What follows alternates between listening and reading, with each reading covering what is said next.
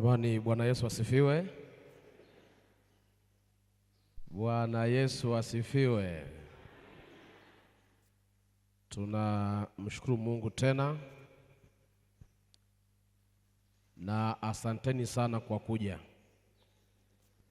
Mungu awabariki sana.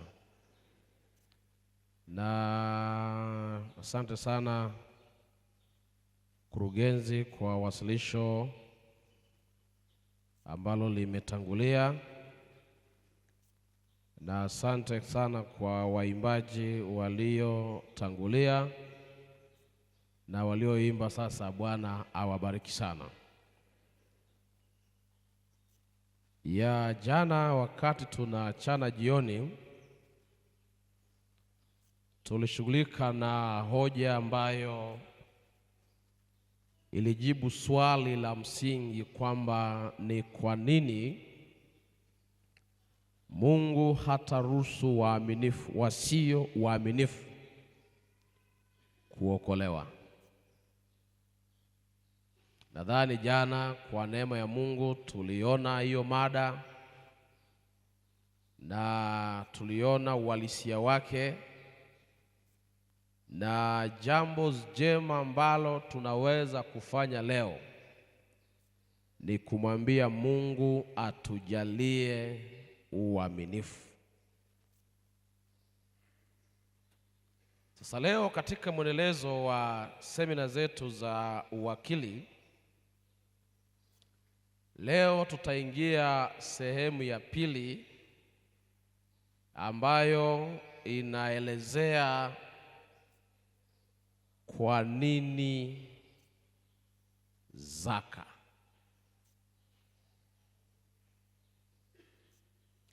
Kwa nini zaka? Maana jana tumeona kwa nini uwakili unahitaji uaminifu. Leo tutaingia kwenye ajenda ya zaka. Naomba yule aliyokuwa tunataka kusoma, msomaji wangu amekuja? Afadhali. Furahi kukuona. Fungua kitabu cha Mwanzo sura ya 3. Na tunaanza kujibu hoja kwa nini zaka. Hilo usije ukalisahau katika semina hizi ambazo tunatamani Mungu atusaidie na tujalie, ili baadaye basi Mungu atubariki kwayo. Mwanzo sura ya 3 mstari wa 23 na mstari wa 24.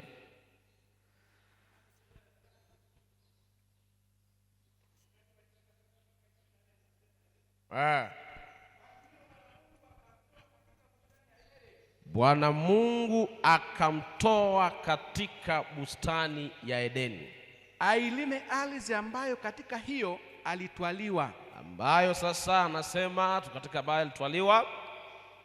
Basi akamfukuza huyo mtu, akaweka makerubi upande wa mashariki wa bustani ya Edeni, na upanga wa moto uliogeuka huko na huko kulinda njia ya mti wa uzima. Na upanga wa moto uliozunguka huku na huku kulinda njia ya mti wa uzima. Jambo la kwanza ambalo natamani tuelewe hapa, ambalo ni jambo zuri sana hasa kwa waliodhamiria kuwa mawakili. Na hata hivyo nikutie moyo, utacheza sana na uwakili mpaka umelewa haya ambayo nimeyasema nayo kuanzia jana na mpaka sasa tunapokuwa tunaendelea nayo. Hapa nasema huyu mwanadamu, mpango wa Mungu kwa jinsi alivyotuumba. Jana tulisoma kwenye kitabu kile cha Mwanzo sura ile ya Mwanzo 2 na mstari wa 16. Tutapasoma jana, tutapasoma mpango wa Mungu ilikuwa ni mwanadamu aishi milele ndani ya bustani ya Edeni. Na jambo la pili, mpango wa Mungu ilikuwa ni mwanadamu asijue mambo maovu.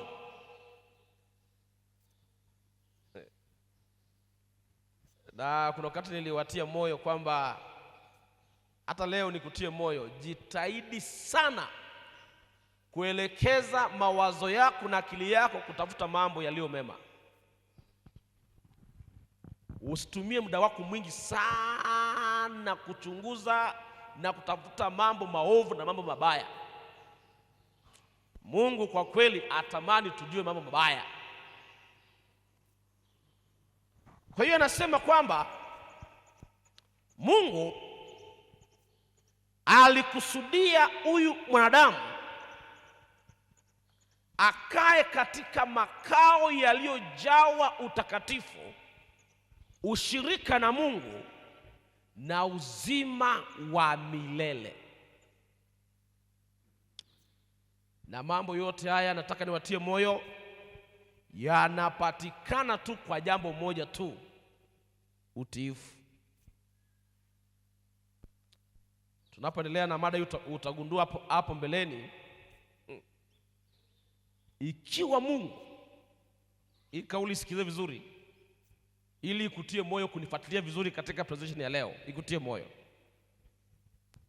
Ikiwa Mungu atamruhusu mlazaka kuingia mbinguni, itabidi kwanza akaungame kwa Adamu.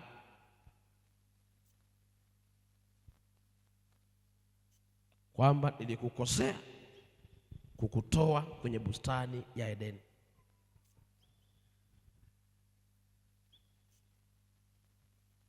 Nataka ikoli usikie vizuri ili unifuatilie hatua kwa hatua. Maana kizazi hiki kimeibuka watu ambao wanaweza kuambia kwamba zaka iliisha msalabani, zaka ilikuwa ni makuhani, zaka ilikuwa nini. Nataka nikudhibitishie, na ndio safari ambayo naiendea. Kama mtu atakula zaka ya Mungu alafu akaruhusiwa kuingia mbinguni, kabla hajaruhusiwa lazima Mungu akaungame kwamba alikosea kumtoa Adamu kwenye bustani ya Edeni. Naomba nifuatilie kwa makini mkubwa sana. Kwa hiyo mwanadamu, hii dunia leo inateseka sana, si ajenda ya tunda. Kama tunasema siku moja mwingine akatania kwenye mtandao kwamba kama Adamu alikula epo na Hawa, sijui nani aliwaambia kwamba ilikuwa ni epo, sijui, ila wanatania kwamba kama tu walikula epo ndio hali ni mbaya hivi. Habari gani kama wangekula pilipili? Sasa nataka kukuatia moyo, hii dunia iko kwenye dhambi si kwa sababu ya lile tunda waliokula Adam na Hawa. Dunia hii inateseka kwa sababu ya kuto kutii.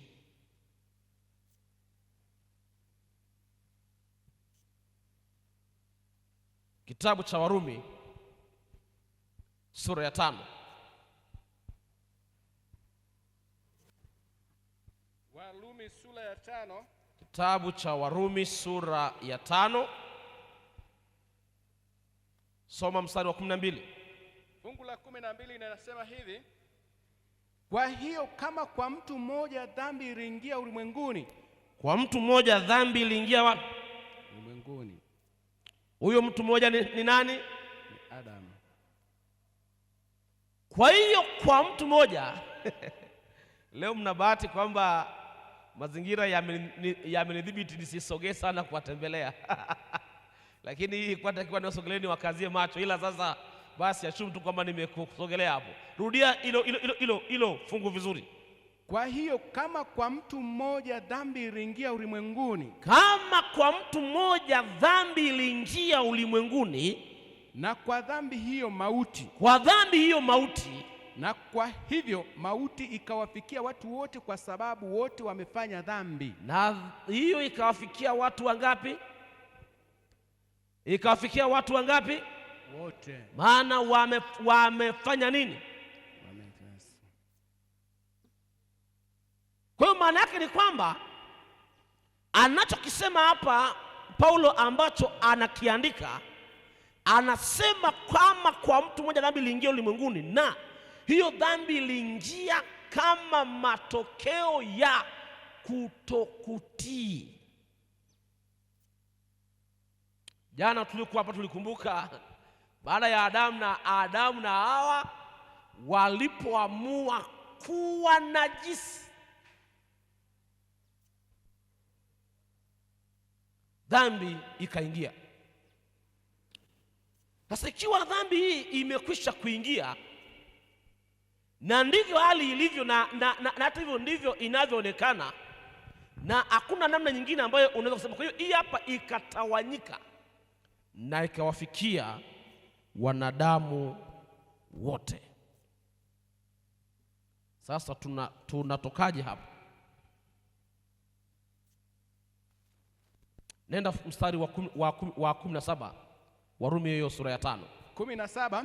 Ndiyo. Kwa maana ikiwa kwa kukosa mtu mmoja mauti ilitawala kwa sababu ya yule mmoja, ikatawala kwa sababu ya yule mmoja, zaidi sana wao wapokeao wingi wa neema na kile kipawa cha haki watatawala katika uzima kwa yule mmoja Yesu Kristo. Watatawala kwa uzima kwa mtu mmoja ambaye ni Yesu nani? Na sasa anazungumza kwenye ule mstari wa 19. Soma. Kwa sababu kama kwa kuasi kwake mtu mmoja, watu wengi waliingizwa katika hali ya wenye dhambi. Watu wangapi? Wengi. Watu wangapi? Wengi. Watu wangapi? Wengi. Waliingizwa kwenye hali ya nini? Yaani kwa lugha rahisi ni kwamba kwa kushindwa kutii kwa Hawa na Adamu, dunia yote imeingia dhambini. Malizia msomaji. Kadhalika kwa kutii kwake mmoja. Kadhalika kwa kutii kwake mungapi? Mmoja. Watu wengi wameingizwa katika hali ya wenye haki. Watu wangapi? Watu wangapi? Maana yake unajua hapa kuna habari njema sana ambayo natamani sana uweze kunielewa vizuri sana. Sikiliza vizuri. Dhambi imeingia kwa sababu ya kutokutii. Dhambi itaondoka kwa kutii.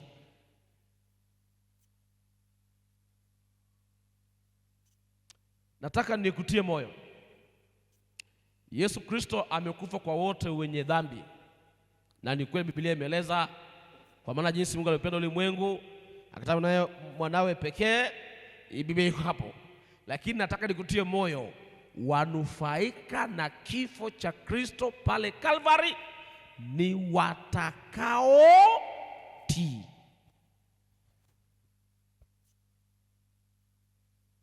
Kwa hiyo Mungu hajaweka zaka kwa ajili ya kujitajirisha au kwa ajili ya kupata mambo mengi. Ndio maana ukija kwenye zaka sasa, twende kitabu cha Mambo ya Walawi, uone kwamba hii hapa ni jambo ambalo linapima, linashughulika na kutafuta utiifu, ili kupitia utiifu wengi sasa watiwe katika hali ya kuweza kuokolewa. Fungua nami kitabu cha Mambo ya Walawi sura ya 27. Walawi 27. Mambo ya Walawi 27. Nataka usome anzia mstari wa 30. Fungu la 30 linasema hivi. Tena zaka yote ya nchi kama ni mbegu ya nchi. Tena zaka ngapi? Yote ya nchi. Kanisa la Bwana aliye hai, zaka ngapi? Yote. Tena zaka ngapi? Yote. Zaka ngapi? Yote. Hiyo neno yote Kama Biblia ni ya kwako ujaazima, pigia mstari. Alafu sasa msomaji endelea. Narudia. Tena zaka yote ya nchi, kama ni mbegu ya nchi au kama ni matunda ya nchi, ni ya Bwana, ni takatifu kwa Bwana. Sasa ninaomba usikie vizuri sana, mtulie. Kwanza tulie kwanza. Nitakuja baadaye uendelee. Kwanza tulie kidogo. Nataka kiuhalisia wanadamu waelewe. Biblia inasema tena zaka yote. Jamani, nini maana ya yote? Nataka nikutie moyo. Zaka iwe umeileta au umebaki nayo, haitabadilika, bado ni ya Bwana.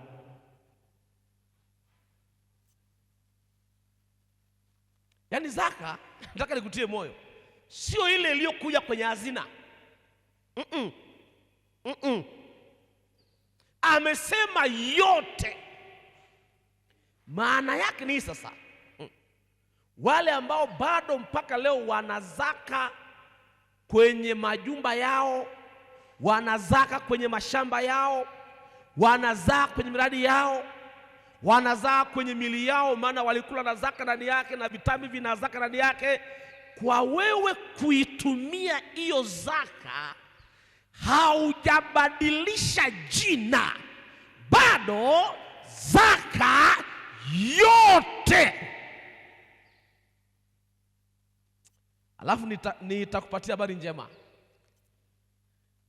kwamba Mungu anajua na ameandika rekodi ya zaka zake zote.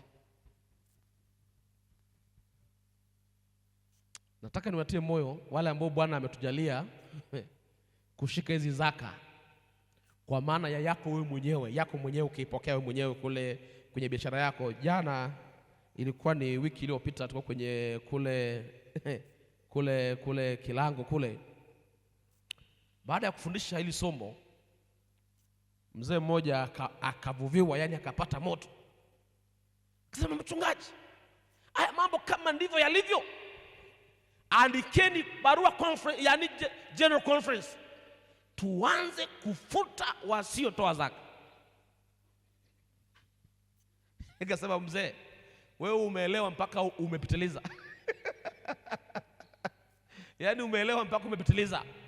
Maana tayari mwongozo tayari imeshaje kwamba kamwe mtu asiondolewe kwenye ushirika kwa masuala ya kifedha. Hiyo nilisoma mara ya kwanza mwaka 98.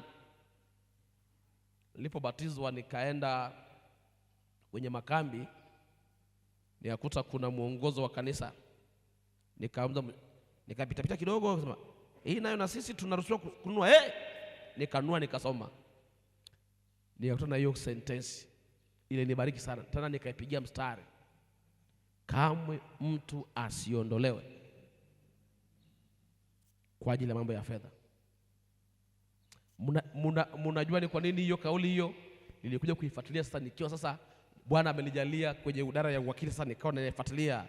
Ndipo nagundua ile kauli maana yake ni hii: anayejua rekodi sahihi ya zaka ni Mungu. Na ndio maana tunavyoendelea hapa kwenye hii mada, utagundua kabisa kwamba ina hiyo zaka hiyo, iwe imekuja au haijaja, ataitafuta. Na nataka niwatie moyo hivi, kabla hii ngoja kwanza, iko hapo mbeleni, nitakueleza. Hata wale wote waliokufa Bwana atafufua anaporudi, na zaka yake ataichukua.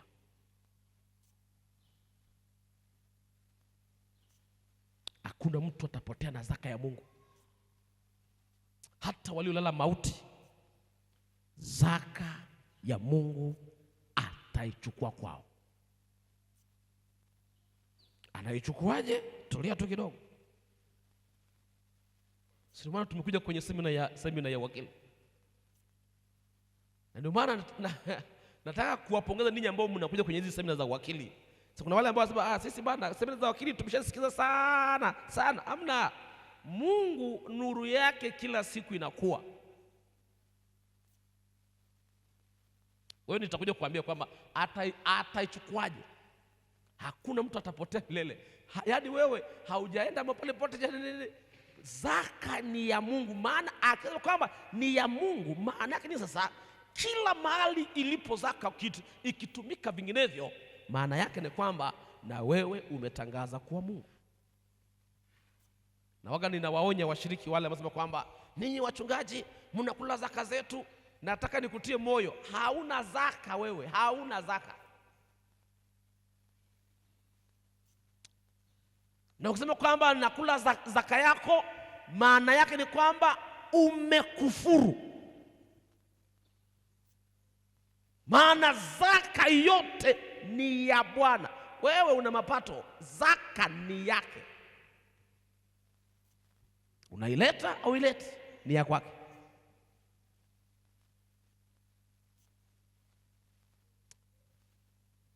Sasa tunazungumzia habari ya kutii. Hapo niko nataka kuja kuonyesha habari ya utii. Sasa hebu nenda mstari wa 32 au nenda tu 31 ili tusirukeruke. 31. Na kama mtu akitaka kukomboa chochote cha zaka yake, akitaka kuikomboa chochote cha zaka yake, ataongeza sehemu yake ya 5 juu yake. Ataongeza sehemu ya 5 juu yake. Tena zaka yote ya ng'ombe, tena zaka yote ya ng'ombe au ya kondoo, kila apitaye chini ya fimbo, sehemu ya 10 watakuwa ni watakatifu kwa Bwana. Sehemu ya 10 ni watakatifu kwa Bwana. Twende mbele kidogo, endelea. Hata angalia kwamba ni mwema au kwamba ni mbaya. Ninaomba usikie vizuri. Hata yeye kwamba ni mwema au ni mbaya. Kwa nini? Maana zaka inapima utii. Endelea. Wala hata mbadili. Na kama akimbadili na yoyote, ndipo naomba hapo soma polepole. Kuna jambo la msingi sana hapo. Wala hata mbadili. Na kama akimbadili na yoyote, ndipo wote wawili, huyo na huyo waliobadiliwa, watakuwa ni watakatifu hata kombolewa.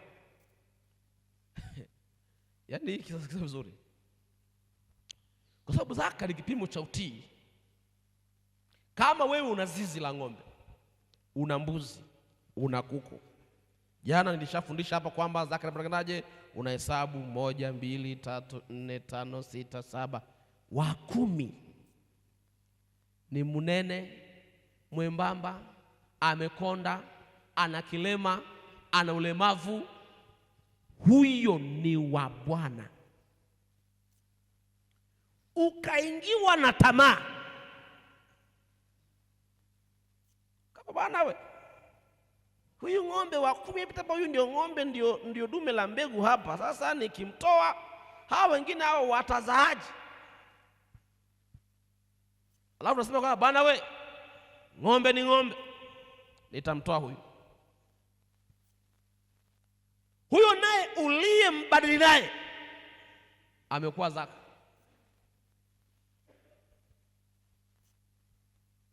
Hawatakombolewa.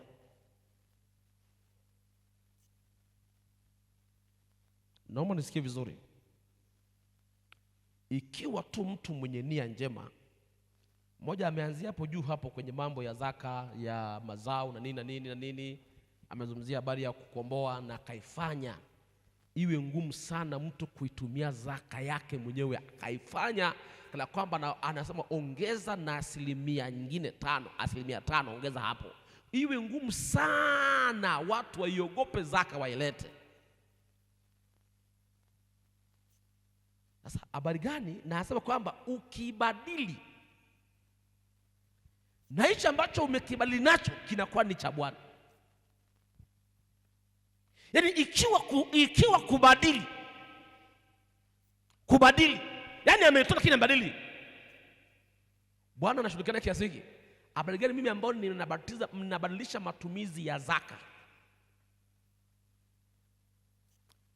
nanunulia nguo, nanunua ugali, nafanya nini? Na wakati natia moyo, hata nadhani kwamba huu mkutano hata kuna waazini wako hapa. Kuna baadhi ya wazini nao wakati wengine waga wanajaribiwa kuchezea hizi zaka.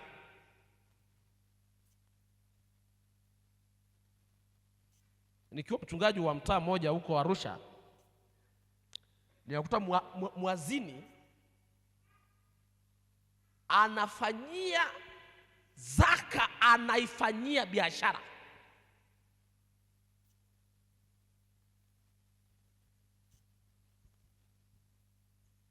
Anachukua zaka, anashaingia, anaizungusha zaka, anaizungusha zaka. Nikaja nikakaa naye nikamweleza, na akalia machungu mazito mno. Hata kuna mwingine alikuwa anaangalia zaka, akiona zaka anaona kwamba zaka imekuwa nyingi sana, sasa tuna mradi wa choo, anabadilisha matumizi ya zaka, anaipeleka sehemu nyingine. Takatifu wa Bwana, nataka niwatie moyo. Rejeni hotuba ya jana mchana. Acha kuzoea na kuchezea vitakatifu.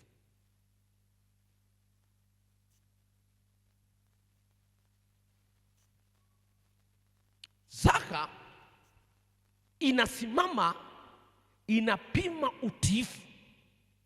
Maana hata hivyo ni watiifu peke yao watakaookolewa.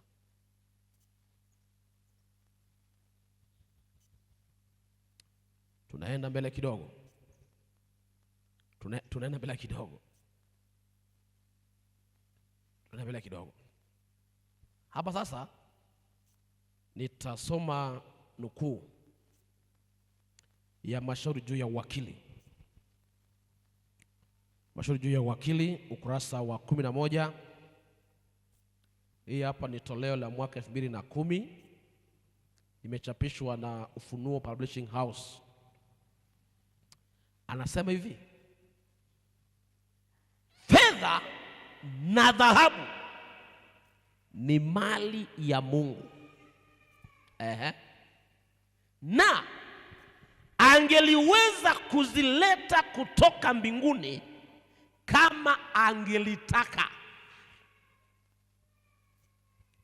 lakini badala yake alimfanya mwanadamu kuwa wakili wake kwa kumkabidhi fedha, sio kuilimbikiza, lakini kuzitumia kuwasaidia wengine. Na kwa hiyo amemweka mwanadamu njia ambayo atagawanya mbaraka wake duniani. Sasa unakuja unasikia sasa, Mungu mbona jangwani alinyesha mvua ya mana na watu wakala? Zama hizi amesema hata nyesha tena mali duniani kama dhahabu, atawapatia wanadamu hawa mifereji ya baraka.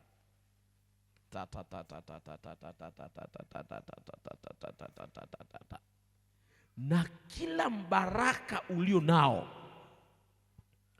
ni wajibu kwa Mungu na wanadamu wenzako.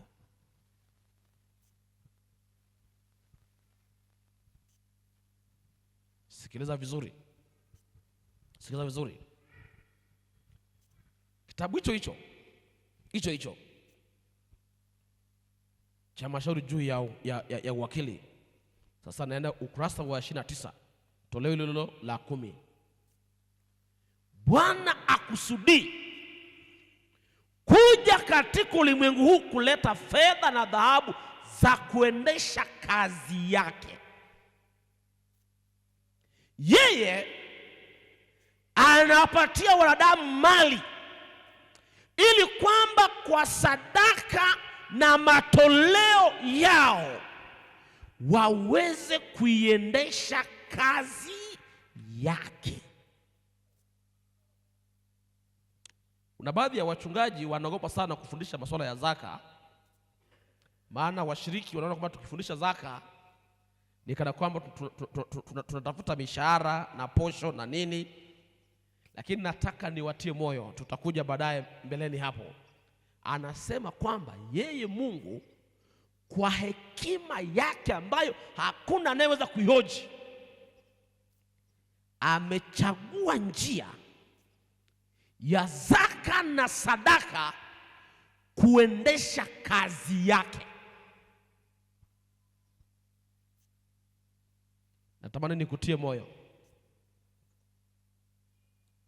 Nataka nikutie moyo kidogo, maana mengine lazima tutiane moyo ili uweze kuona hii kitu ambacho kinazungumzwa hapa. Kanisa la Mungu lilipoanza kule Marekani, ambapo watu wa Mungu wakapata nuru hii, kazi haikuwa rahisi. Kati ya mwaka 1857 mpaka mwaka 100 mpaka mwaka 1857 mpaka 1858 kazi ya Mungu ilikuwa ni mbaya sana. Kwa wale waliokuwa wameishi kuitwa kuingia kwenye kazi ya uchungaji walikabiliwa na changamoto kubwa mno. Kwa nini sasa? Walitegemea zawadi wanazopewa na washiriki wanapokwenda kuhubiri. Mchungaji mmoja anaitwa Lafborg, baada ya kurudi kazini Januari, alifanya mahubiri akiwa juu ya swala la pesa, na akaandika habari nyingi sana hapo. Sasa washiriki wakati huo waliogopa kuwalipa wachungaji mishahara. Kwa nini? Maana walisoma kitabu cha Yohana sura ya 10 kwamba mchungaji wa mshahara, kondoo sio mali yake. Kwa hiyo wachungaji sasa waliishi maisha ambayo ilikuwa ni kazi kweli kweli, na ikifika msimu wa kilimo kazi za kichungaji zilisimama. Wachungaji wakaenda mashambani kulima, warudi na kazini baada ya kuvuna wameweka vyakula.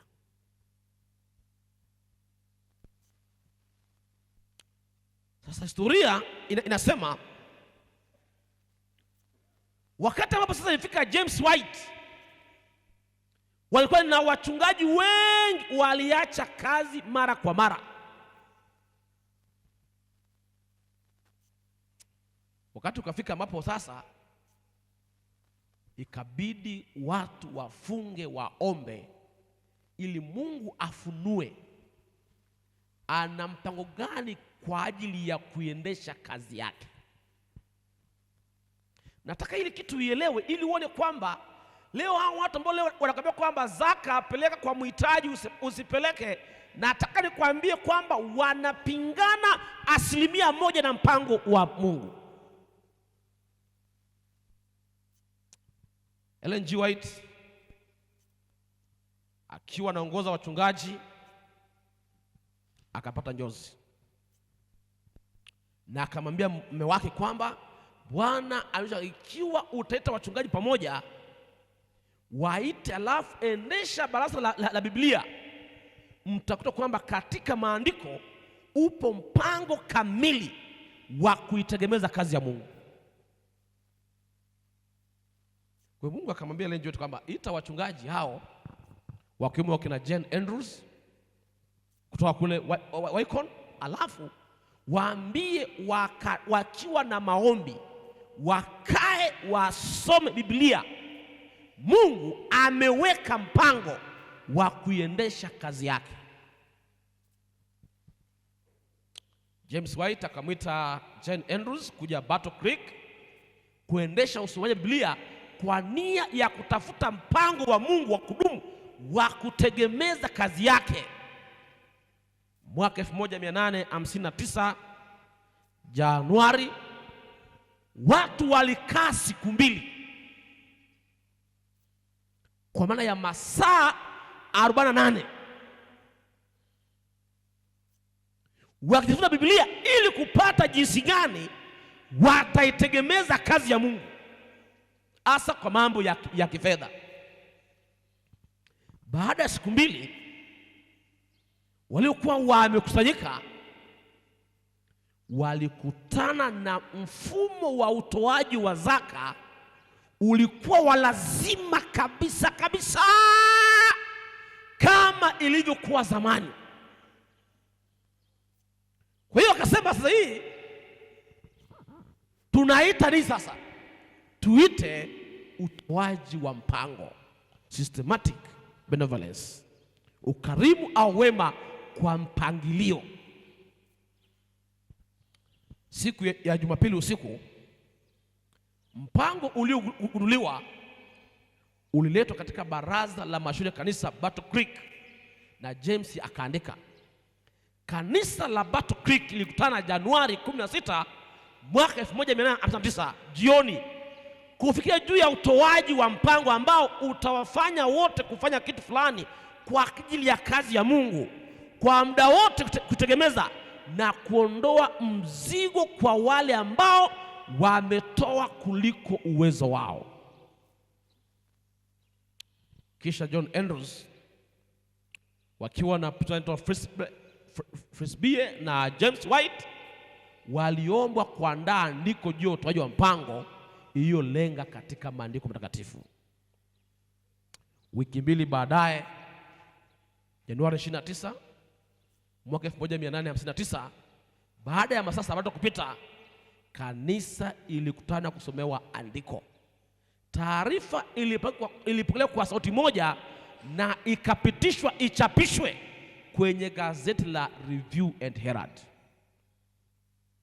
Na ilisomeka hivi, hiyo barua iliyoandikwa: kwa kanisa la Mungu Battle Creek, kwenda kwa makanisa na ndugu na kaka na dada walioko Michigan, tunapenda kuuliza usikivu wenu juu ya utoaji wa mpango ili kutegemeza kazi ya kutangaza ujumbe wa yule malaika watatu, mpango unaokubaliana na maandiko matakatifu.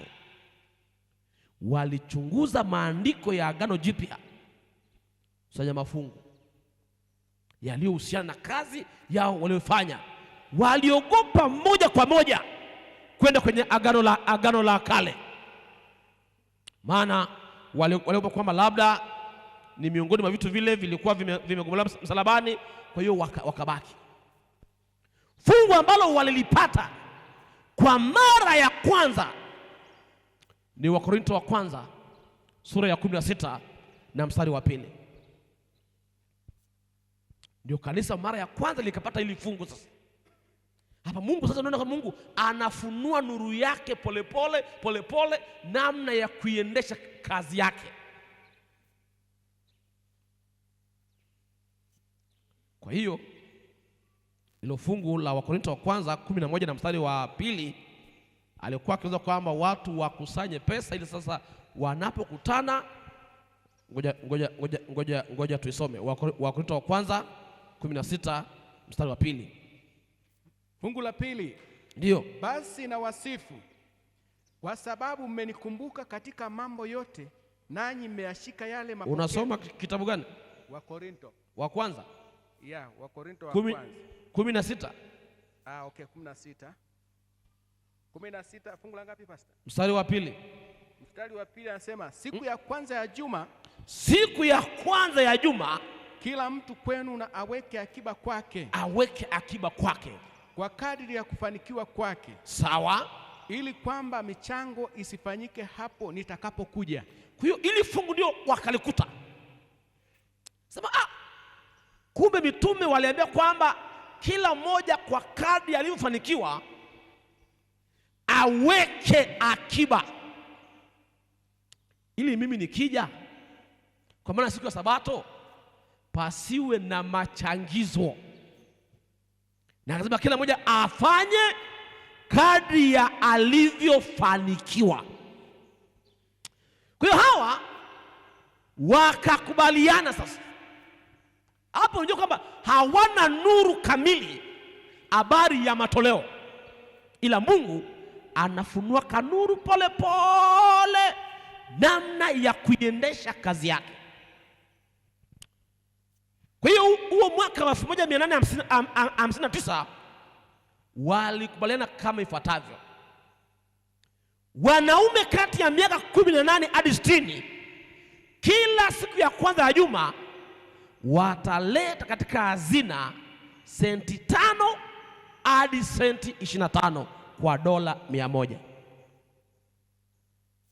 Yaani ukipata dola 100, senti 5 kwa wanaume ambao wana miaka 18 mpaka miaka 60, dola 5 hadi dola 25.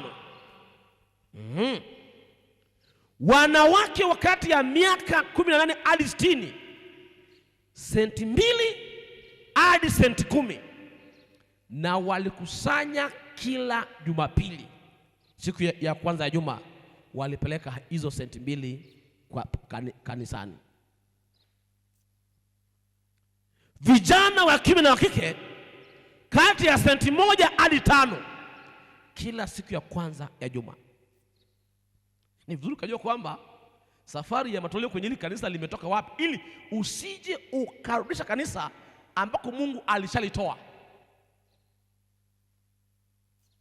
Maana hiki ambacho leo kinafundishwa na baadhi ambao wameiacha nuru, kwamba zaka kwa mfano kama Warumi amekuja hapo kuhubiri, basi kama una zaka yako mpatie. Kanisa lishatoka huko, maana hawakuwa na nuru. Mungu alishafunua nuru yake leo.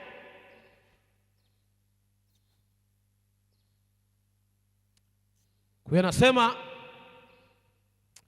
wakiwa wanaongozwa na neno fungu, kanisa likatembea likasafiri, na huo mpango huo wakaita kwamba ni systematic benevolence, utoaji wa ukarimu kwa mpango. Mungu akukomea hapo. Kwa hiyo anasema akaendelea kupanua nuru polepole, theolojia polepole. Waadventista hawakuelewa utoaji kamili kwa muda wa miaka mingi, takriban miaka 20 wanatembea kwenye giza hilo la senti 5 mpaka 25 kwa wale wanaume wenye miaka 18 mpaka 60. Toka mwaka 1856 mpaka mwaka 1876 walitembea bila nuru kamili ya utoaji wa mpango, lakini bado Mungu kwa hekima yake, kazi ya Mungu ilisonga mbele. Sasa nasema mwaka 1859 kwa mara ya kwanza Nabii Ellen G. White anaoneshwa habari ya utoaji wa mpango ulio kamili. Ndio maana nataka kuwatia moyo wale watu mliokariri mambo ya dini, mtapotea. Maana Mungu anafunua nuru yake polepole, na atafunua mpaka tunaingia kaburini. Sasa kuna wengine ambao wameishi hili jambo ni jipya, tangia nimekuwa kanisani sijawahi kuliona. Ndio saa ya kuliona sasa. Miongoni mwa vitu ambavyo hata vilichangia kuasi kwa Musa ni dini ya mazoea. Maana mara ya kwanza ameambiwa nenda ukapige mwamba utoe maji, yeye akajua ndio dini hiyo ya milele. Mara ya pili anaambia kwamba nenda ukawaambie mwamba ukatoe maji. Yeye anaenda anapiga mwamba. Kwa sababu gani? Dini ya mazoea. Kwa hiyo mwaka 1879 anaoneshwa kwa mara ya kwanza habari ya utoaji wa mpango kwenye kitabu cha Shuhuda za Kanisa, gombo la kwanza, ukurasa 190. Testimony for the Church, volume 1, page 190. Sikiliza ambacho anakisema nabii. Nilionyeshwa kwamba utoaji wa mpango unampendeza Mungu. Anasema hivi, nilionyeshwa nyuma katika siku za mitume, na nikaona kwamba Mungu alizindua mpango huu kwa njia ya Roho Mtakatifu, na kwamba kwa karama ya roho ya unabii anawashauri watu wake kuhusu utoaji wa mpango. Nataka nikuulize swali. Kwenye mafunuo kama haya, tuamini yaliyoandikwa au tuamini mawazo ya watu? Na tangia lini kanisa hili likaanza kuendeshwa na mawazo ya watu? Maana anasema nabii anasema huu mpango unampendeza Mungu. Mimi nachagua kusimama na nabii aliyevuviwa Ellen G. White. Huu mpango unampendeza Mungu.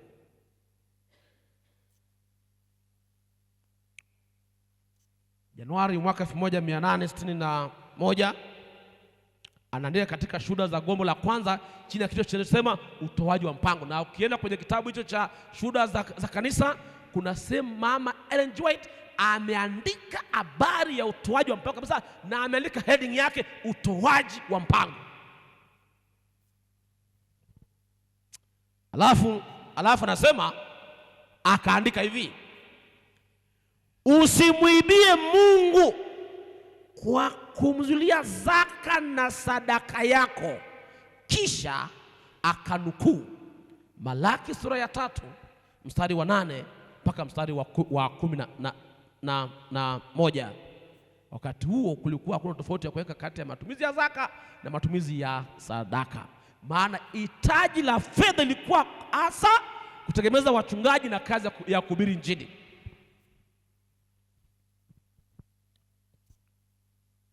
Miaka iliyofuata Ellen akaandika juu ya zaka na sadaka, na anasema akatoa udhibitifu wa utoaji wa mpango kwa maneno haya.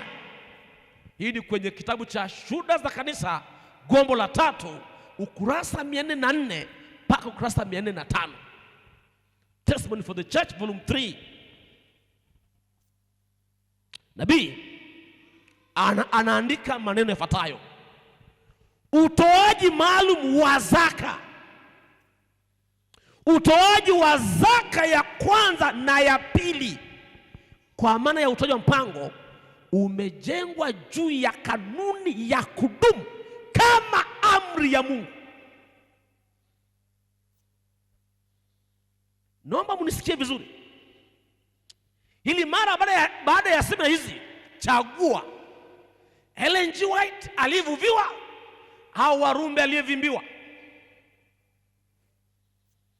Maana kwenye neno kuna mawili, kuna waliovuviwa na waliovimbiwa.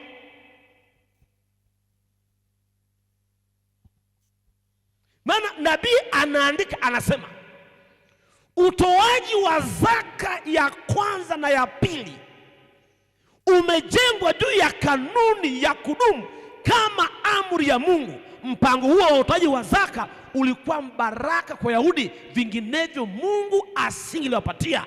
Hivyo utakuwa mbaraka kwa wale watakao utekeleza mpaka mwisho wa wakati.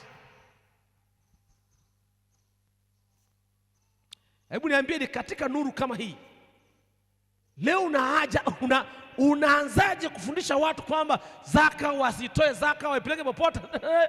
Nataka niwatie moyo. Sikiliza Ellen G. White aliyevuviwa, acha waliovimbiwa. Uzuri ni kutakuwa na kipindi cha maswali, tutaulizana hapa. Kwa anasema kwamba huu mpango wa utoaji utakoma Yesu atakapokuja. Bado hajaja, bado mpango wa zaka sadaka utaendelea mpaka mwisho.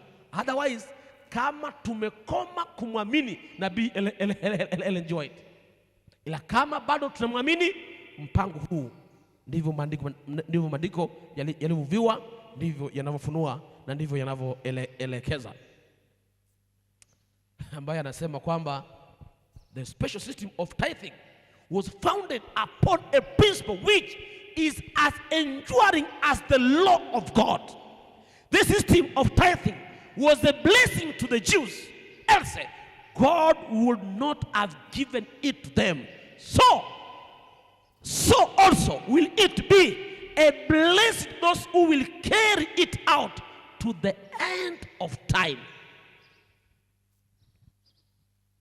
Hivyo ndivyo nabii alifunuliwa na ndivyo nabii anavyoandika kwenye shuhuda za kanisa ambao nimeshawatamia. Kwa hiyo nasema kwamba the special system of tithing was founded upon a principle which is enduring as the God's law. Na sasa nataka niwapatie chanjo wote wanaopinga mfumo wa zaka. Ombeni Mungu awapatie uzima. Siku si nyingi wataanza kufundisha kinyume na amri 10 za Mungu. Maana Biblia inasema misingi ambayo amri 10 za Mungu zimejengwa, nipo hapo imejengwa mtindo na habari ya zaka na sadaka. Maana yake ukishaikataa hii, ngojeni kidogo, nitakuja baada kidogo.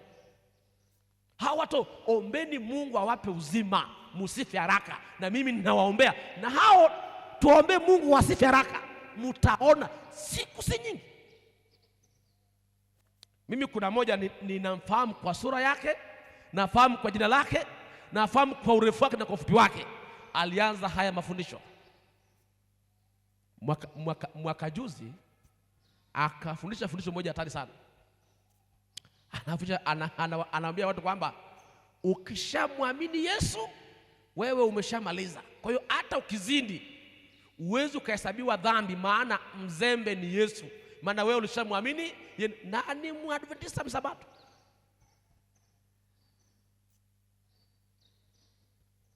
Kwa hiyo wewe ukizini yani wewe hautahukumiwa, maana wewe umeshampa Yesu maisha yako. Kwa hiyo kama Yesu atakuhusu ukazini, shida ni yeye, sio wewe. Maana yake watu waendelee kuzini, maana Yesu ndiye amekuwa mzembe na alianza huko kwenye kukataa. Hamjayaona, mtayaona. Mimi ninawaombea Mungu awapatie uzima wale msiamini haya. Naomba Mungu awapatie uzima, na hao watu hao naomba Mungu wasife haraka, ili haya muyashuhudie.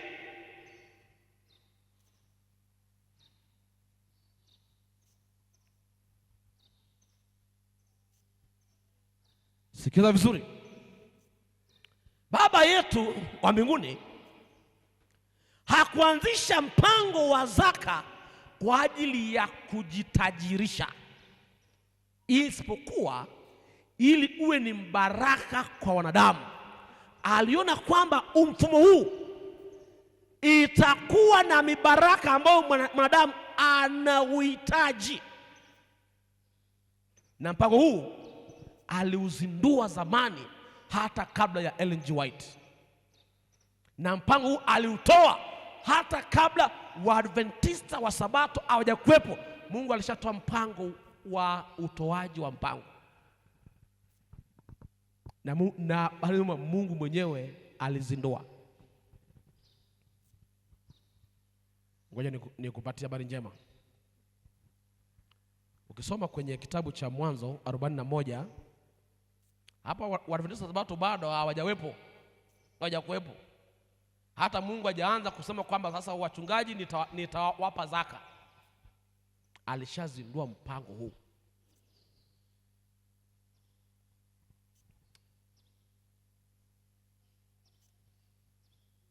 Sikiza vizuri ambapo anazungumza hapa. Hebu nenda kitabu hiki cha Mwanzo 41, soma 32, 34 na 37. 32 anasema, na ndoto ya Farao kwa vile ilivyokuja mara mbili, ni kwa sababu neno hilo Mungu alithibitisha na Mungu atalitimiza upesi.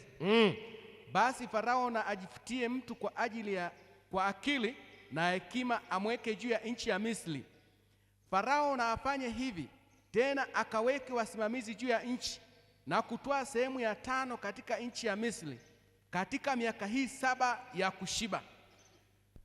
Yaani ukiona hiyo ndoto ambayo Yakobo anaonyeshwa, ya Yusufu anaonyeshwa akiwa kule Misri, bado Mungu alikuwa anafundisha habari, na Mungu alikuwa anafundisha namna ya kutegemeza watu na kuwavusha kwenye changamoto na kuwategemeza.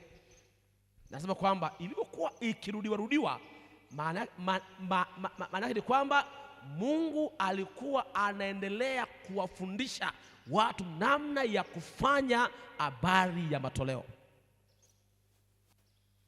Kama kwamba ninyi mtachukua sehemu ya 5 katika mazao kwa muda wa miaka 7. Na nasema kwamba na mfalme alikubali huo mpango. Sasa vizuri, siku za mwisho shetani atafanyaje kazi? Na ninaomba unisikie vizuri sasa, ili ukitoka hapo kwenye hizi semina uondoke ukiwa unauelewa sahihi. Uelewa sahihi. Sasa madam, mimi ninaomba kipindi changu ni kiunge. Naomba kipindi changu ni kiunge. Nitaenda mpaka saa 6. Alafu nitakuachia umalizie saa 6 mpaka saa 7 tunaenda kula. Iko sawa sawa? Nataka niunge hapa ili nizikatishe hapa nikaja nikarudi. Utendaji wa shetani wa siku za mwisho. Wakristo wanaagizwa kutoka kwa mpango ambao utengeneza shauku yao ya ukombozi wa ndugu zao. Maana zaka, tunajua kwamba kwa kutii kwake mtu mmoja dunia inaokolewa. Ndio mpango huu wa zaka mpaka leo. Unapotoa zaka, maana yake ni kwamba una uchungu na roho ziende zikaokolewe, maana umetii. Sasa vizuri, mfumo wa utoaji wa zaka haukuwa mzigo kwa wale ambao hawajapuuza kutoa kwa mpango. Mfumo huo walipewa Waebrania, haukuachwa na yule aliyeuanzisha. Kazi ya injili inapanua kuwa inahitaji matoleo kuliko ilivyokuwa wakati wa wana wa Israeli. Na labda nitakapokuwa nimekuja kwenye kipindi cha mchana nitakuja kuwatia moyo wale bana, mambo yamekuwa mengi. Tunapoelekea mwisho wa dunia, mahitaji ya fedha kwa kazi ya injili itakuwa kubwa. Na nini maana yake na nini lengo yake, nitawasomea kwenye Biblia.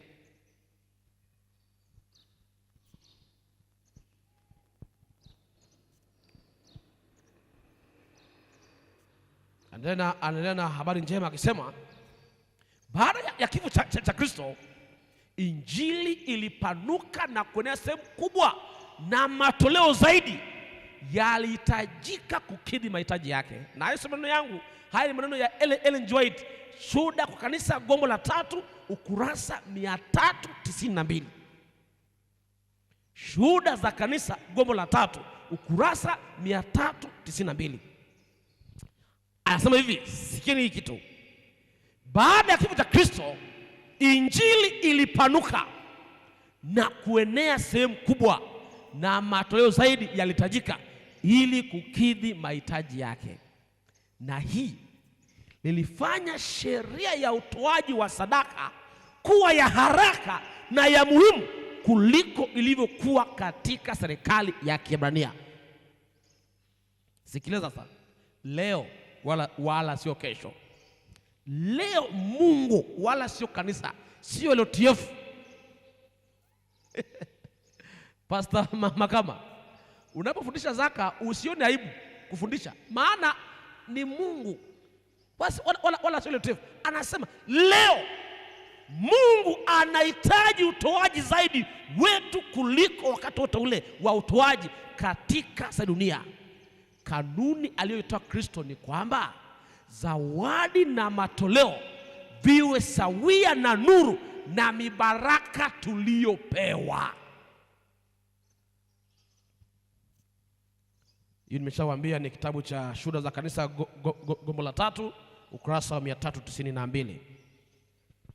Wakati kazi ya injili inapopanuka na kukua, huku ikihitaji zaidi matoleo ya ukarimu ya zaka, sadaka, ndipo shetani naye analeta vidokezo. Sasa nataka niwaambie wale wote wanaofundisha zaka haina kazi, nataka na bazuri, nabii alishaona siku nyingi mno nani yuko nyuma yao. Tulia kidogo. Wakati kazi ya injili inapanuka na kukua, huku ikihitaji zaidi matoleo karimu, shetani huleta vidokezo vya uchoyo katika fikra za washiriki. Ili leo nini? Ili kudumaza kazi ya kujenga ufalme wa Kristo. Nabii White alimwona shetani akipanga jeshi lake la kudhoofisha jeshi la watumishi wa Kristo. Shetani aliwaambia hapa, hii nukuu ni kitabu cha Maandishi ya Awali, Early Writings, ukurasa 267. Early Writings, ukurasa 267. Anasema hivi, shetani akiwaambia baraka zake alisema, kikundi hiki cha watunza sabato ninachokichukia mara zote wanafanya kazi dhidi yetu, wakichukulia raia wetu waitunze amri ya Mungu tunayoichukia. Sasa kuna wasabato ambao mnaishi tu raha mstarehe, hamjui kwamba shetani anawachukia wasabato. Mambo makuu mawili: moja, anachukia wasabato; namba 2, anachukia amri za Mungu.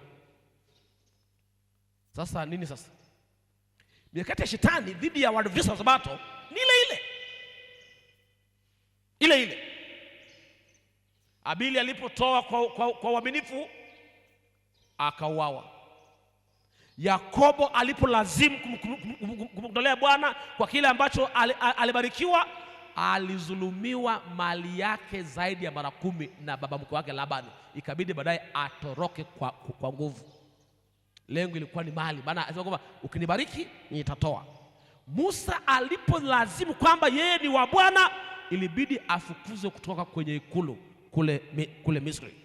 Ayubu alipokuwa na mali nyingi sana alikuwa akitoa, shetani akamtembelea na mnajua yaliyokuwa yametokea. Sasa anasema Ellen White alimwona shetani. Tunaendelea na kitabu hicho cha Early Writings, maandishi ya awali, kuanzia ukurasa wa 267 ndio unakutana na hizi nukuu. Anasema hivi, Ellen White alimwona shetani akitoa amri katika chake cha malaika zake, akiliwaamuru malaika zake kwa kusema, nendeni mmiliki masuala yote ya fedha na ardhi. Anawaambia shetani na malaika zake, na kuwasukumia wachungaji wao katika masumbufu ya ulimwengu huu. Kama mtafaulu wajali zaidi mambo ya kidunia, tutawapata. Wasilisheni mbele yao ulimwengu katika hali ya kuvutia, ili waupende na kufanya kinyago. Milikini vyanzo vyote vya mapato. Milikini masuala ya fedha. Maana hata leo Wasabato wanaamini walio wengi, sio wote, walio wengi wanaamini mtu akiwa, yaani wewe ukitaka kuolewa hata Wasabato wameshachanganyikiwa. Fiwa na ndugu yako leo, alafu kesho ununue gari jipya. Uone wanavyokuangalia.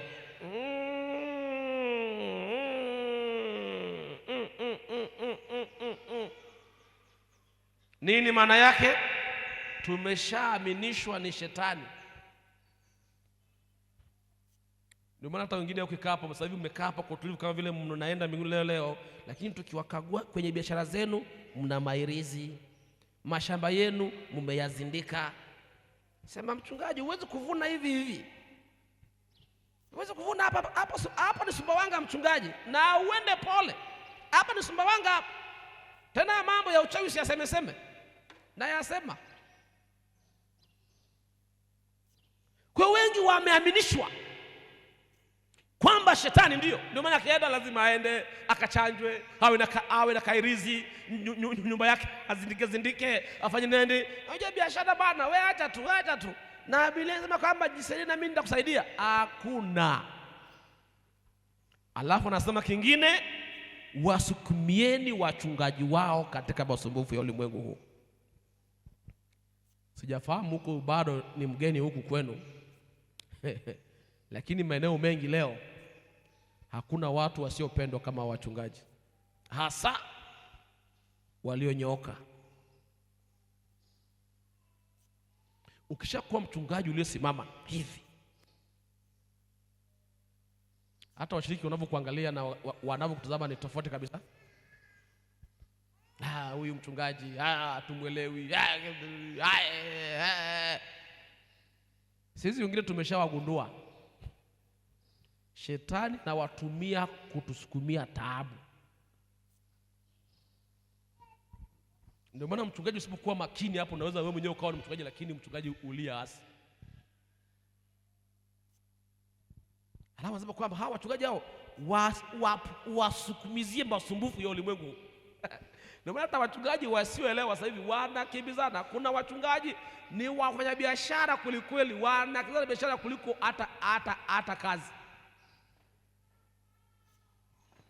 Utakuta anakula mshahara wa zaka, lakini ana mashamba huko, amefungua miradi na muda wake mwingi sana yuko kule. Huyu ameshadaswa na mtego wa shetani. Na nabii alishaona.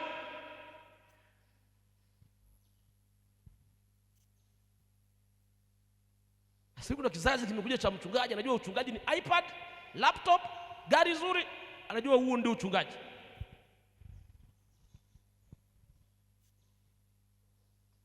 Hapo anasema wasilisheni mbele yao ulimwengu katika hali ya kuvutia, ili waupende na kufanya kinyago.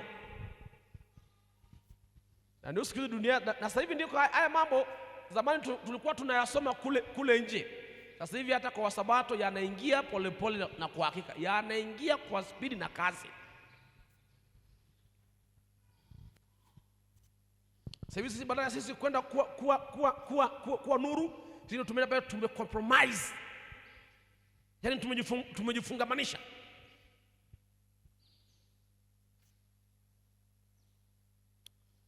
Nasema katika wakati huu Waadventista wengi watakosa nafasi ya kumtumikia Mungu kwa sababu wanakimbizana na fashion.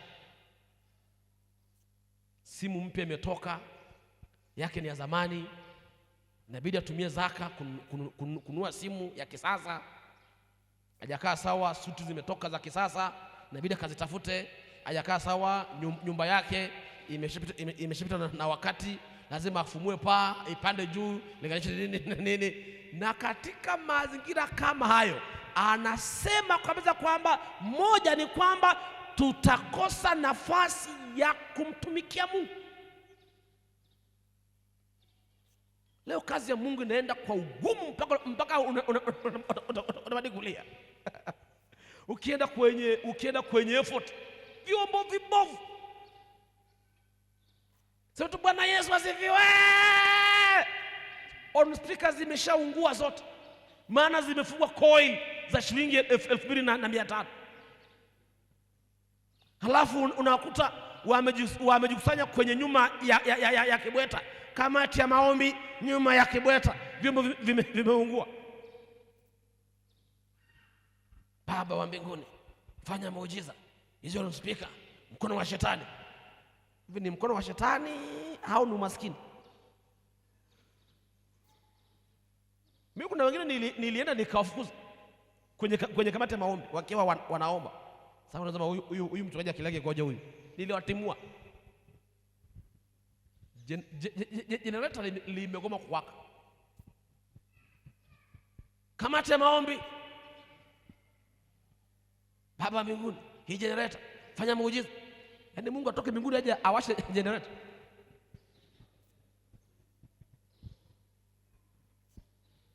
Baada ya kuwakemea vizuri, mtu mmoja ambaye Bwana alimjalia akiwa na hela, kumbe akapata sifa takatifu, akaenda akanunua generator jipya. Limekuja, hamna maombi, generator inawaka na effort inaenda.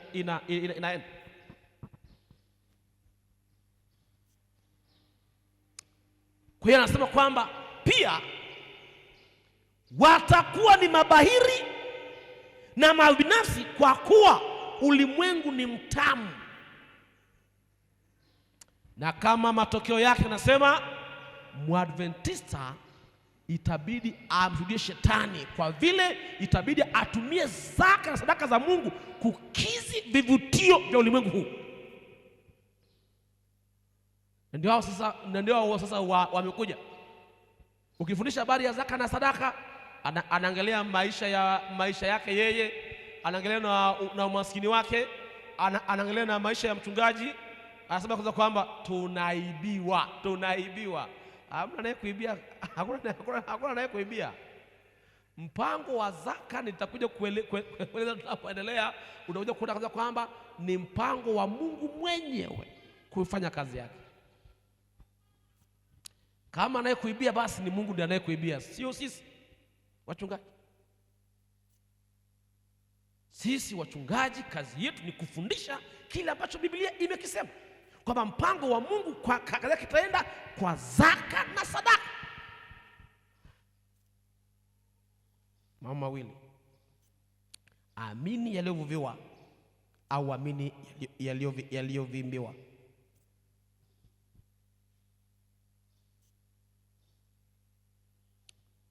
Nabii anasema shetani aliwaambia marafiki zake, kadri wafuasi wa Kristo wanavyotoa mali zao kwa kazi ya Mungu, ndivyo wanavyoudhuru ufalme wetu na kutuchukulia watu wetu. Nataka nikwambie, pambano la matoleo la zaka na sadaka ni habari ya kujenga ufalme. Ndio maana wewe mwenyewe hapo ni shahidi. Hakuna mwanadamu asiyetoa pesa. Unazitoa, tegemea kwamba unajenga ufalme gani? Unajenga ufalme gani? Anasema hao wakitoa fedha zao kwa ajili ya kazi ya Mungu, wanadhuru, wanauharibu, wanauangamiza ufalme wetu. Sasa wasaidie wasilete kujenga ufalme wa Mungu, wajenge ufalme wa shetani. Jana hapa nilikuwa ninawaambia, leo ukienda kwenye effort, kwanza kama hauna imani kwa hili kanisa hautafanya effort. Maana effort gharama za kwenda kwenye effort mutavutana hapo. Baadaye mkienda hapo kwa mahubiri, katikati ya mahubiri, jamani washiriki wote tunaomba tubaki baada ya mahubiri, na wote wanaobaki jamani sitatumia mic, sogeni mbele. Jamani tunaenda kufunga mkutano. Yaani leo wainjilisti kesho hawatakula kama Mungu afanyi muujiza. Napo ndipo mwingine anapokea simu, alo bwana angalizia hali, ndiye anaenda na akishatoka hiyo akanyagi tena kwenye effort. Bwana ukienda bwana mzee wa kanisa anakukamua. Sio hivyo. Na si kama watu, sio kama wasabato hatuna hela.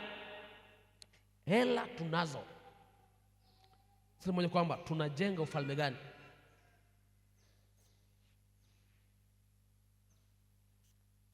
Maana zaka usipoileta utaenda kuhonga. Maana kuna adhabu tatu ambazo uwezi ukazitenganisha: Sabato, zaka, zina. Ukishakula Sabato, lazima zina ikufuate. Ukishakula zaka, lazima uvunje Sabato, na lazima uwe mzinzi. Takuja kusoma hiyo nukuu sasa hivi. Sasa hivi tuende mbele kidogo. Kwa anasema kwamba kadri wafuasi wa Kristo hawa wanavyotoa mali yao kwa ajili ya Kristo, wanadhuru ufalme wetu. Anasema kwamba wanachukulia watu wetu. Kwa hiyo sasa anafanya Wasabato walio wengi wasio wajasiriamali,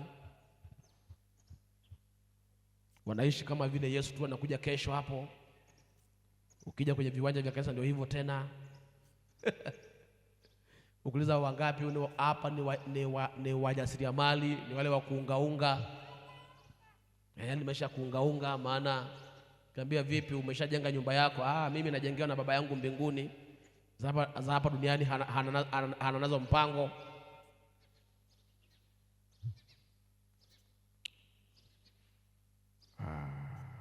Sasa sikiliza vizuri. Ninaposikia vizuri. Bado ninaenda Heri Writings ukurasa wa 268.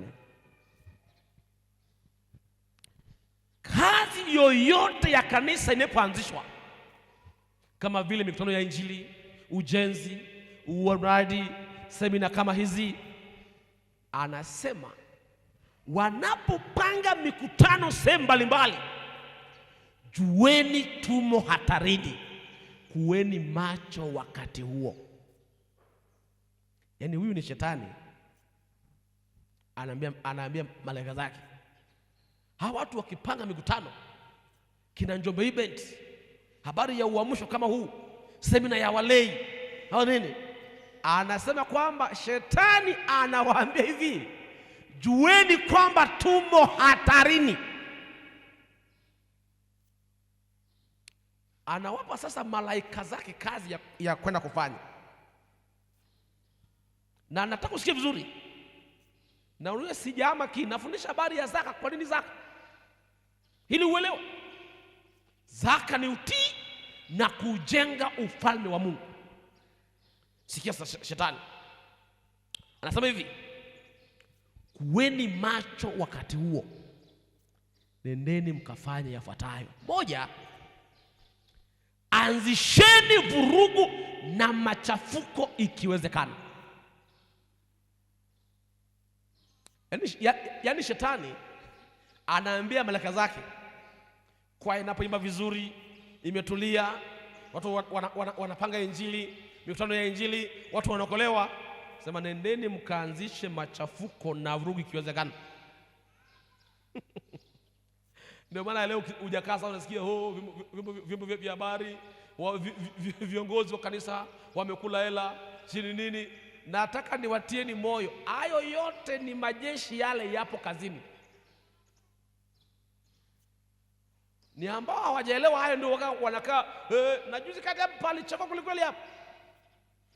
Kanisa limevunjwa, bodi ya utume si nini dhabiti imevunjwa. Wakashika bango, si unaona. Laiti mungeyaelewa yanayoendelea. Shetani yupo kazini. Mimi nataka niwatie moyo. Mfumo wa usimamizi wa fedha za hili kanisa, hata baadhi ya hao waliotumwa kuja kuligawa kanisa walisema kwa dhati kabisa kwamba ikiwezekana makanisa yote yangeiga mfumo wa usimamizi wa fedha kwa Wasabato. Ila kwa sababu shetani ana mawakala wake ambao anasema kwamba anzisheni machafuko. Ndio hayo. Ndio hayo. Mimi nataka niwatie moyo, hili kanisa kuiba hela zake ni kazi ngumu mno, kwa mfumo ambao Mungu aliweka namna ya kuendesha kazi yake, ngumu mno. Kwa hivyo sisi hapo LTF, ili tuwe wezi, lazima mimi Pastor Warumbe kama katibu, Pastor Ngusa kama mwenyekiti, na Mwazini Pastor Mwambeta, lazima wote tuwe wezi. Sasa hebu niambie, lini tutakubaliana wote tuibe? Maana mimi nikitaka mama Mzee Ngusa, hebu tuibe, ninamwanzaje kwanza? Ndio maana akaweka system ya maofisa watatu,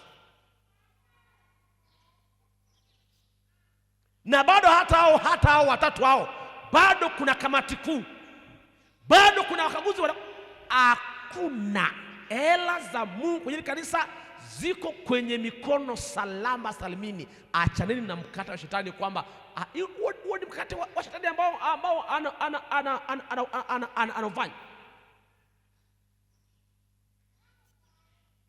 Sasa bahati mbaya na ambao walewi wanabaki alafu na Mambili anasema haribuni upendo kati yao.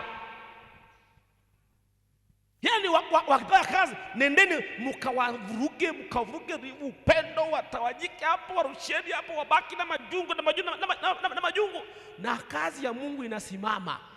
Na watini moyo, nendeni mkanisani, acheni majungu, shetani yupo kazini. Na dawa ya mtu mwenye majungu ni rahisi mno. Muite, njoo hapa. Umeniambia habari za Warumbe, ziseme unajua mimi nilikwambia tu kama nini. Sasa unachonganisha. Shetani ana mpango wa kuharibu upendo kati ya Wakristo leo, na bahati mbaya sana wengine hamjaelewa na mumeshaingia huko. Menda mkaiga mambo yote duniani huko, ndio mmeshaiga kaza lile lenye upendo sasa hivi alipo tena. Nilikuwa napatia jana mimi, wakati tunakuwa tukiwa vijana wadogo, miongoni mwa vitu vilivyotufanya tuwe kanisani kwa furaha na kwa amani, na tukatamani kwamba lini na mimi nitaoa, nifunge ndoa takatifu, zilikuwa ni sherehe za harusi kanisani. Hapo palikuwa panatangazwa ndoa itafungwa tarehe fulani, siku fulani. Sisi watoto ndio tunakumbusha tarehe za harusi nyumbani. Sasa hivi kwa sababu ya nenda mkaribu upendo kati yao, wengine mumeshatekwa tayari. Ndoa itafungwa hapa kanisa la Jangwani, lakini cha kwanza inatangulia kwanza kadi ya mchango. Kadi ya mchango inapokuja, ukishachanga na imeandikwa single 50,000, double 70.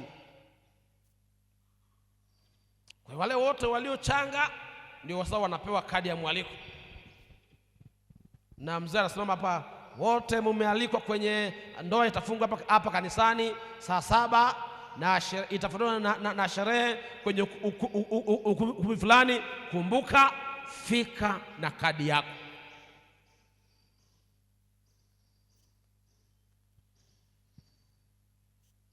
So unakuja unajiuliza, alafu chini pameandikwa watoto hawaruhusiwi.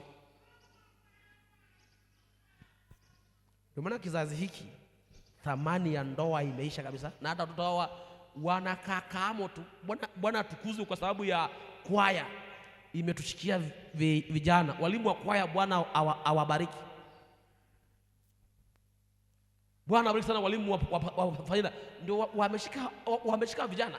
Vijana hawajui kama sisi kanisa ulikuwa nalipenda, maana ukiwa kazani kwenye harusi mnafanyia hapa kanisani, pameweka tu hapo eneo hapo tu hapo, na mnakumbuka yale masinia yenye ua katikati, inapigwa pale ubwabu, unaletwa pale umejaa, alafu inapigwa tu kamchuzi tamu, vikosi.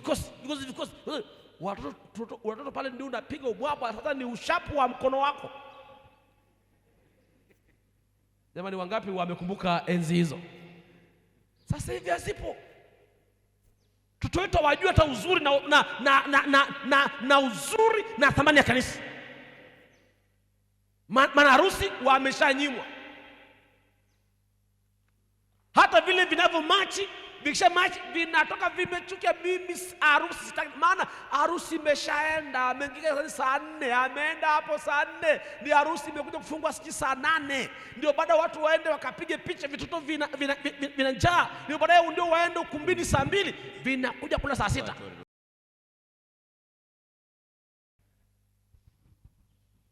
Mkifundishwa, mchungaji msitufuate, tunawafuata. Waadventista wa Sabato wale ambao wako nuruni, mambo yao yalikuwaga yanamalizikia kanisani. Kama ile eneo linaweza likabeba mkutano mkubwa wa makambi mtakatifu, inakosaje sifa ya kuhudumia harusi?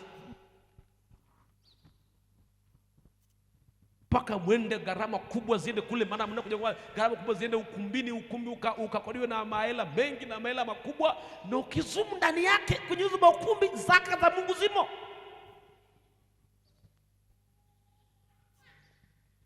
Na bado ukumbini mumeenda kwa kubaguana.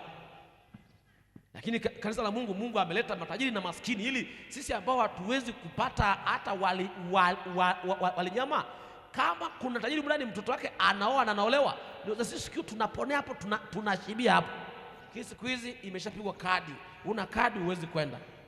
Alafu mnaona ni ukisasa, ni mradi wa shetani. Ukisoma kitabu cha Matendo ya Mitume, kanisa lilikuwa sio kwa effort, lilikuwa maana mitume walikuwa wanamega mkate nyumba kwa nyumba, walikuwa wanatembeleana, wanakula vyakula. Sasa hivi subutu, kila mmoja na dini yake. Alafu namba 3 anasema wakatisheni utamaa wachungaji wao, maana tunawachukia. Hiyo nimeshalieleza. Namba 4, wasilisheni kila kisingizio kwa uwezo wa fedha wasitoe. Yaani shetani anawaambia nendeni, wekeni kila kisingizio, wale wenye uwezo wa kutoa fedha wasitoe. Mimi nimetoa pale, mchungaji hajanitambua. Unajua ile kanisa hawana shukrani, mimi nilifanya hiki na hiki na hiki na hiki, hela yangu tena hawaioni. Shetani anasema wasilisheni kisingizio. Na ndio wao wanakuja na visingizio, hela mnatoa zinaliwa. Nani alikudanganya? Vitu hivyo ni visingizio. Hawasema kwamba mkiweza milikini masuala yote ya fedha. Anasema kwamba wasukumieni fadhaa na uhitaji wa wachungaji wao, hii itawapunguza nguvu na moto wao. Alafu anasema fanya choyo na kupenda ulimwengu iwe ndio tabia yao kuu. Kadi uchoyo na kupenda dunia kunavyokuwa tabia yao, ndivyo neema na wokovu vitakavyorudi nyuma. Kwa hiyo ndio mapambano la matoleo sio pambano la fedha. Hili ni pambano kabisa la unajenga ufalme upi wa nani. Alafu anasema kila anayejaribu kutoa, tia ndani yake roho ya unyimifu, ili kinachotolewa kiwe kidogo tu. Huyu ni shetani. Wakati Mungu anasema leta zaka kamili, shetani bana kiaina, angalau uonekane na wewe umo. Unajua usikae sana umo. Kwa mtu ambaye alipaswa alete zaka ya milioni 1, kwa sababu ya mashauri ya adui itabidi alete 100,000. Na sisi tukiona 100,000 imekuja, tunakuandikia barua ya kukupongeza. Mimi nilikuwa mchungaji wa mtaani, nilikuwa naandika hizi barua, mpaka siku moja mtu mmoja akanifuata, pastor, una maana gani? Na mimi nilikuwa kila robo nilikuwa natoa taarifa ya washiki wote juu ya matoleo yao. Alafu nakuambia kwamba Bwana akubariki kwamba miezi mitatu umefanikiwa kumrejesha zaka kiasi kadhaa na sadaka kadhaa na mchango mwingine kiasi kadhaa.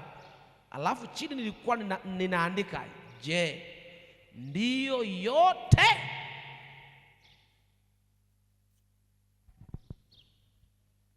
Moja ile neno pasta hapa una maana gani? Nasema hiyo ni maana tunakumbusha kwamba Mungu anataka zaka kamili.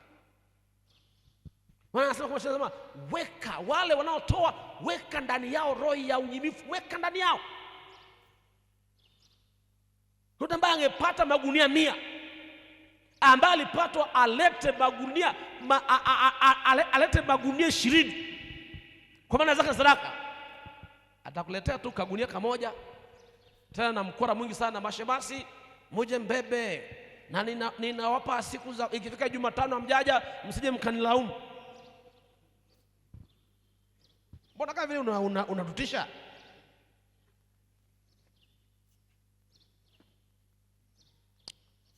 Alafu anasema nabii anasema naliona shetani anatekeleza mpango wake vizuri. Kila mtumishi wa Mungu anaopanga mikutano ya shetani huwa katika viwanja na kuzuia kazi isiendelee. Mara zote uweka vitokezo vya katika mawazo ya watu, wengine hivi wengine hivi, na anaweza kuvutia mpaka na mvuto wa asili na mambo mengine yako uko ndani. Lakini nataka niwatie moyo, kitabu hicho anasema kwamba Mungu hawezi kukubaliana na hata kwa kiwango kidogo cha uchoyo na ubinafsi, na anayakataa maombi na sala za wale wanaoshiriki tabia hizo ovu. Hiyo ni kitabu cha Erie Writings ukurasa wa 268. Anasema Mungu hawezi kukubaliana na hata kwa kiwango kidogo cha uchoyo na ubinafsi, na uyakataa maombi na sala za wale wanaoshiriki hizo tabia ovu. Shetani anaona wakati wake ni mchache, anawaongoza watu zaidi kuwa wachoyo na wabinafsi. Na kisha sikia vizuri, hii nukuu nilisoma mpaka nikaogopa. Anasema shetani, hiyo kitabu cha Erie Writings, anasema hivi, shetani anaona kwamba muda wake ni mfupi, anawaongoza watu zaidi na zaidi kuwa wachoyo na wabinafsi, na kisha anashangilia sana anapoona wakiwa wamezongwa na kufungwa katika vifurushi vya wachoyo na wabinafsi. Yaani hakuna kitu ambacho kinamfurahisha shetani kama akiona Wakristo wamezongwa wakafungwa kwenye furushi la uchoyo na ubinafsi. Maana anajua hivi hao watu Mungu hawakubali. Kwa hiyo akiona anashangilia, na sasa akiona mnafika hapa na ndio munaimba nimekombolewa na Yesu na sasa nimefurahi kwa bei, na bado kwenye kafurushi ka uchoyo na binafsi. Yale anasema kwamba alafu sikia akomea, anasema kama hao macho yao yangefunguliwa wangemuona shetani aleta furaha ya ushindi wa jehanamu akishangilia dhidi yao na kucheka ujinga wa wale wanaopokea vidokezo vyake na kuingia katika mtego wake. Yaani ni macho tu yamefungwa, ila macho yangefunguliwa tungeona shetani anavyoshangilia. Yaani anashangilia, anasema kabisa kwamba anashangilia sana anapotuona tunaimba, tunahubiri, tunafundisha, lakini bado tupo kwenye ombwe la ubinafsi na uchoyo. Na hakuna kitakachoondoa ubinafsi na uchoyo kwenye maisha yangu na ya kwako kama habari ya matoleo ya zaka na sadaka. Alafu anasema hivi, hii nayo ni ngumu kweli. Hatimaye shetani kama alivyoshughulika na watu, aliendelea kuingiza vidokezo vya uchoyo. Kitabu cha Maranatha ukurasa wa 163 anasema lengo letu, kwa maana ya shetani na malaika zake, kuu ni kukinyamazisha kikundi hiki cha watunza sabato. Kwa hiyo habari ya kuzuia zaka zisije ghalani sio kumkomoa Warumbe. Maana huyu Warumbe anaweza kalima kama mnavyoangalia, naweza nikalima, naweza nikafundisha, naweza nikachimba mitaro, naweza nikaendesha pikipiki, lakini Bwana ameniita kuacha yote anayoweza kuyafanya anilete kuhubiri Injili. Kwa hiyo kuzuia zaka, pambani na conference, haupambani na union, au pambani na field, au pambani na kanisa mahalia, au pambani na mchungaji wako, unapambana na kukinyamazisha Injili. Swali ni moja, utaweza?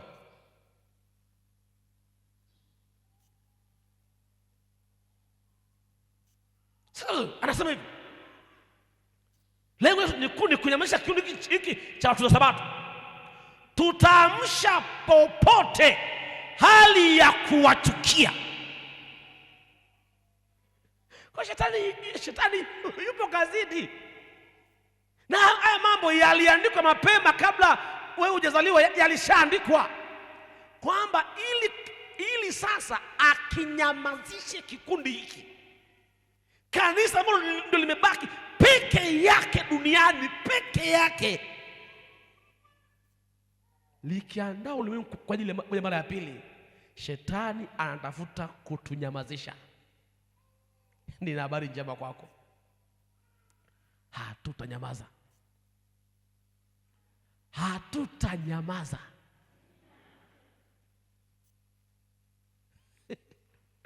Wakati fulani nikiwa mahali fulani ninafanya huduma za utumishi, shetani aliamsha chuki, na nikaiona hii ni chuki. Ikaenda jamaa wakapiga wakaona mwatu, mwatu wanaandika Warumbe, mzinzi, mke amemkimbia. Nikajua kabisa kwamba hawa wametumwa. Na mimi nataka nikutie moyo, ukiona mtu anashambulia kiongozi wa kanisa, ametumwa, anataka kukinyamazisha kikundi. Habari njema, tukana, dhihaki, yote hatunyamazi.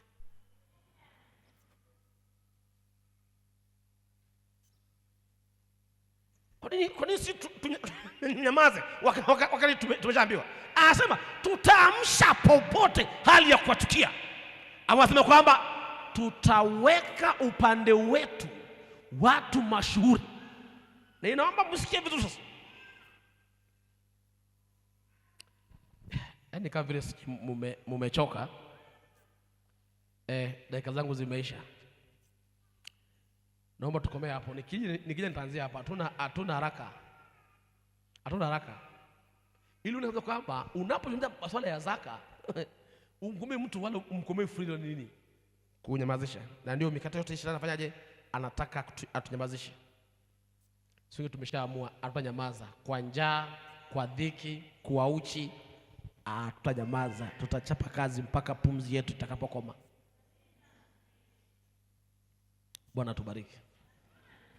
Bwana tubariki. Msimame tuombe.